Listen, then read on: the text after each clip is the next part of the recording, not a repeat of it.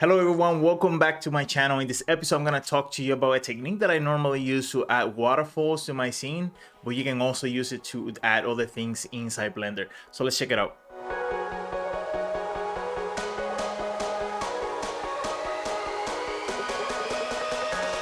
All right, so we are here and let's go jump here into Photoshop. And I have uploaded here a picture that I took a very long time ago in the Niagara Falls, and you can use whatever picture that you find or you take.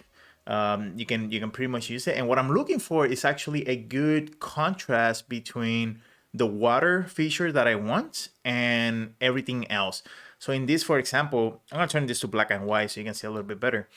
You can see that there is a good contrast between the water and everything that's around it, right? So there's nothing, there's a really good separation in value. And so that's sort of what I'm looking for mostly when I'm looking at the image that I want to use. So the better contrast that I get, the easier it's going to be to separate the water from everything else, right? And so what I'm going to do is I am going to copy this just to be safe. And I am going to go into a new layer and I'm going to put a layer underneath it here. And I'm just going to paint it all black, right? So if I take this layer off, I just have a black layer here. And I am going to, since this is a pretty good photo that has a really good reference value difference here, I'm just going to double click the layer here. And I'm going to go to my blend if options here. And I'm going to try to get rid of all the dark values of the image, right? And as you can see, I'm getting some really good results here, but it starts eating away from the water in some of these areas here. And what I'm gonna do here is I'm gonna press Alt and I'm gonna separate these two just so I can make some sort of a gradient between that value there. And so I'm gonna play, and with every image it's gonna be different, so you have to play with this every single time. But what I want to do is sort of get rid of the dark areas, and as you can see, I'm seeing the black layer that I have underneath it already here. And I just want to find a good spot where I have pretty good information for the water, right? And it doesn't have to be the whole picture. It could just be just a section of it that works, right? But I want to try to get as much as I can from this one image, right? I'm just gonna press OK. And as you can see, if I take this layer black off, you're gonna see, and I don't know if you can see it, but you can see that some parts are missing here, and that's sort of what I'm looking for here. But I'm using these back layers to kind of actually see what I got. And in this image, I really don't need this top part here, so I can just press delete here. And I can actually, with my lasso tool, just delete some of these areas that I really don't need here, right? And one thing that you can do is if you add a mask to that layer, right? So I'm just gonna add a mask. I can grab my gradient tool here. I'm gonna start sort of eating away, eating away some of the parts of the water figure here. I want to make sure that I'm painting black on that mask, just so I can. It doesn't have to be completely perfect, you know. This is not going to be. This is for us to get a really nice information about and placement of where this water is going to be in your scene. So it's not gonna be perfect, right? This is just to speed up the process of placement and adding that detail, right? So this is what I got.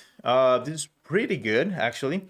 And one thing that you can do, depending on the image as well, is that you can actually go to layer, play with the levels, and you're gonna get some couple other results. So you can actually increase the contrast a little bit on the image just to get that separation a little bit better, right? And once you have the final result here, right? What you're going to do is you're gonna hide the black layer, right? So you only have this right here. You're actually going to go to File, Save As, and you're gonna go into Type. Let's save a copy of that. Going to Type, and you're gonna do a PNG. And you're gonna save that image as a PNG because the PNG saves transparency information in the image, and that's what we want, right? We want to have everything that we remove as a transparent section of our image. And I already did a couple of this just so I can speed up the process. But for example, this image right here is from that image there, and I have a couple of PNGs that you can see over here that have that sort of transparency in there.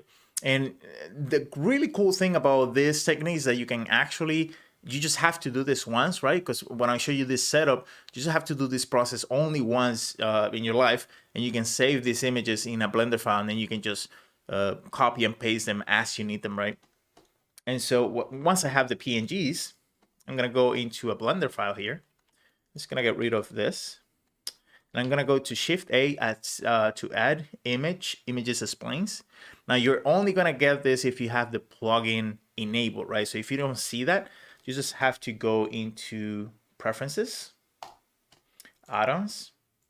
You're gonna search images as planes, and you're gonna see that import images as planes is enabled right now. But if you don't have that enabled, you can just enable that. And it comes with Blender, so you don't have to buy any external plugins. So Shift A, images as planes. You're actually going to find that that PNG that you saved. So I'm just copy the target area there. Right, and I am going to upload waterfall to PNG. Right, so as you can see, it's just a plane here, and you don't see the waterfall, and that's because we don't have the textures enabled. So I'm gonna enable textures here, and now I'm gonna rotate this 90 degrees, scale that a little bit up. And now that you can see that I actually can see through the image, right? So if I have things like a cube or whatever behind it, I can actually see it. Now, there's a couple things that when I import images as planes, a couple things that I normally do, right off the bat, because it usually works with every image. And what I do is I open a new window real quick here, go to the shader editor. And as you can see here, this is my texture for the water. Let me get rid of this cube here. This is my texture for the water that Blender already made, right?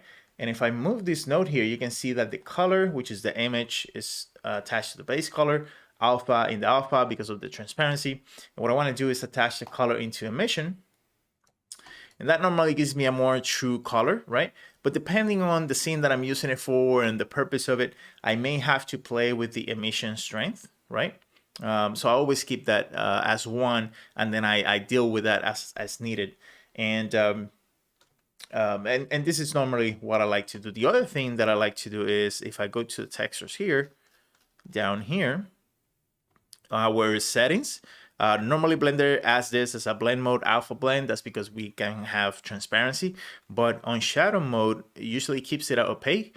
And I always like to put it in alpha hash because, for example, if I have, and I'll show you what it does actually, I'm gonna add a plane here, right? And I'm gonna turn on my viewport shading here. I'm gonna add a light. So Shift A, light. Let's just do a sunlight real quick. Let's go to shadow, context shadows. Right now we are not seeing much here. Let's add a cube here. And I think it's because there's really not that much transparency here. But normally what you want to do is on none here. Actually, this was in opaque here. Sorry. You can see here that the light is actually casting the shadow as if this was like an actual whole plane, right? It's not really taking in consideration the opacity of the image to cast the shadow. So, right? So it's just casting a normal shadow from a plane. And when you move this to, instead of opaque to alpha hash, you can see that it's actually taking in consideration the opacity of the image to cast the shadows. And this could be really, really important to change as you're working your image, depending on the placement of this. But you know, just keep that in mind if you want to keep, you know, the shadows true to the opacity here. Now, when I meant that you just have to do this once, is that, for example, I have a file here with some of those images that I showed you, and I don't need to do this whole process again of you know, import the images as planes, you know, doing the whole shader editor thing, the alpha hash and all that. I already have it all set up in here. And once I'm working on my sink, I just open this file, grab the water that I want, Control C, Control V, just to copy and paste into the new scene. And that's it. It's already working. And so let me show you a very quick scene here. So this is a recent image that I worked. You can see that I already have that water in there, and this is in Blender here. And as you can see here, all these planes, that's all where the water is coming from. And I actually use the same technique that I did for the water, but for atmosphere effects, plants, you know, anything that deals with the atmosphere, like rain, dust, all that sort of things. You can actually do it and accomplish it with this technique. So I am going to get rid of my water just so you can see here very quickly. And I'm gonna go to my water file here. I'm just gonna grab this one, Control C for copy. Go into this one, Control V. And as you can see over here, I'm already getting that water. And now I just need to sort of place it where I want to, right? And the cool thing about this is that it doesn't have to be a very perfect image, right? Because I can stretch it, I can move it around. I can just put it in places where I need to. Because I know my render is not going to be the final product. You know, I'm going to do some Photoshop work afterwards. So it doesn't have to be completely perfect. So to me, it is really okay I can even stretch it and duplicate it and just use like little parts of it. So for example, I can show the sort of that section of that part of the image over there, just to make that contrast between the background and the rock here. And so the great thing about this is that I'm not actually using a volumetric effect to create water or anything complicated that Blender might get slow. And so since this is just a plane, I can have tons and tons of this image just laying everywhere to create the effect that I want, right? And for example, I can move this here a little bit, and I can keep duplicating and editing the ratio and the size and stretching it and making it smaller and just making layers and layers and layers. For example, I could come here, make this really small, just place that somewhere here just to create this effect that the water is fine. It doesn't have to be perfect, right? Because in Photoshop, I'm gonna fix all these little things. But you can see that you can quickly add this sort of effect of water or any other effect very easily and very safe inside Blender. Now, the last thing that I'm going to show you is that once I have everything done in Blender where I actually do the render and I go back into Photoshop work, this sort of technique serves as a double purpose thing that I normally use, right? So this is my final image here. And if I go back, I can actually use the same PNGs, right, that I created and actually use them in Photoshop as well to create the same effect, but a little bit more tight, right? So I can grab that, and this is a very low res image, so I will have to stretch it. But you can see that I can import it into Photoshop and then just sort of place it. Now, in this case, I would actually need like a little better resolution image probably, but you can see that, you know, that I could just deal with the levels and the values and, you know, maybe change the color a little bit just so I can place it a little bit better here. I can put a mask on it and then sort of get rid of the areas that I don't want, right?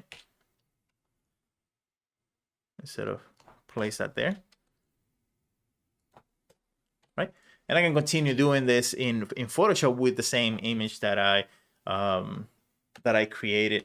And this is how I sort of, you know, deal with everything that you see over here in this image. All right. So yeah, so that's it. That's a very quick tip on how you can add water, and you can actually use this for other things like I mentioned. It's a very easy technique. I really hope that you enjoy it. I'll see you guys in the next one.